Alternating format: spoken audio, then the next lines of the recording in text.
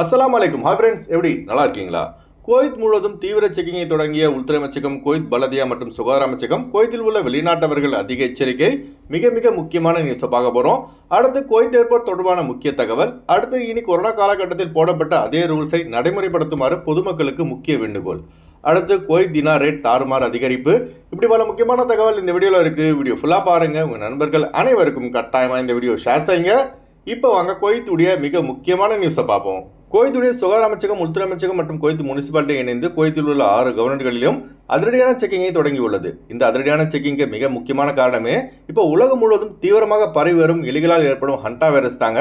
இந்த hanta virus குறிப்பாக அசுத்தமான இடங்களிலிருந்தே அதிகம் பரவுகிறது என்பதால் சுத்தம் இல்லாமல் இருக்கும் குடியிருப்பு பகுதிகளில் செக்கிங்கை தீவிரப்படுத்தப்பட்டுள்ளது. இது தொடர்பாக அரபன்ஸ் பத்திரிகையில் வெளியான ஆதாரத்தின்படி குவைத்துடைய ministry of health hanta virus தொடர்பாக குவைத்திகள் மற்றும் வெளிநாட்டவர்களை கவனமாக இருக்கும்படியும் உங்கள் இருப்பிடத்தை சுத்தமாக வைத்துக் கொள்ளவும் அறிவுறுத்தியுள்ளது. அதுபோல காய்ச்சல், தலைவலி, தசைவலி, சோர்வு, வாந்தி ஆகியவை தொடர்ந்து இருந்தால் உடனடியாக மருத்துவமனை செல்லுமாறு அறிவுறுத்தப்பட்டுள்ளது. இந்த ஹண்டா வைரஸ் தற்போது உலகம் முழுவதும் பரவி வருவதால் அவசர நடவடிக்கை உலக சுகாதார மையம் எடுத்து வருவது குறிப்பிடத்தக்கது.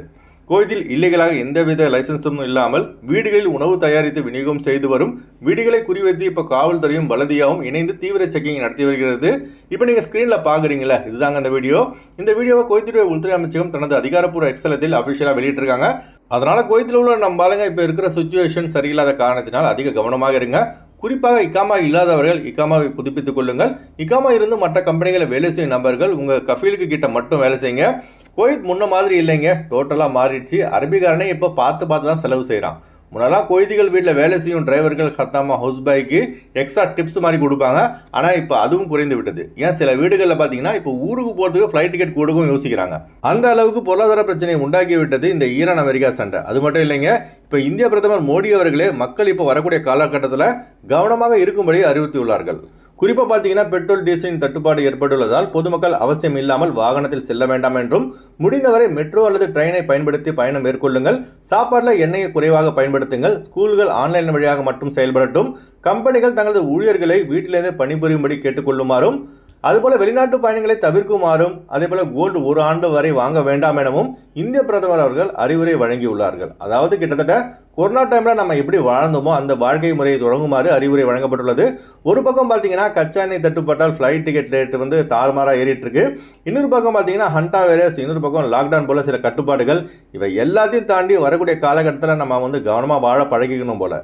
இன்னும் பார்த்தீங்கன்னா குவைத்துக்கான ஃப்ளைட் டிக்கெட் குறைஞ்ச மாதிரி தெரியலைங்க. 50,000க்கும் 60,000க்கும் மேலே தான் இருக்குது குவைத்துக்கான ஃப்ளைட் டிக்கெட். அதுவும் குவைத்துக்கு இன்னும் மோசங்க, வெறும் 2 ஃப்ளைட் மட்டும்தான் இதுவரை இயங்கிட்டு இருக்கு. ஒன்று ஜிசிரா ஏர்வேஸ், மற்றொன்று குவைத் ஏர்வேஸ். இவங்க வைக்கிறது தான் கட்டணம்.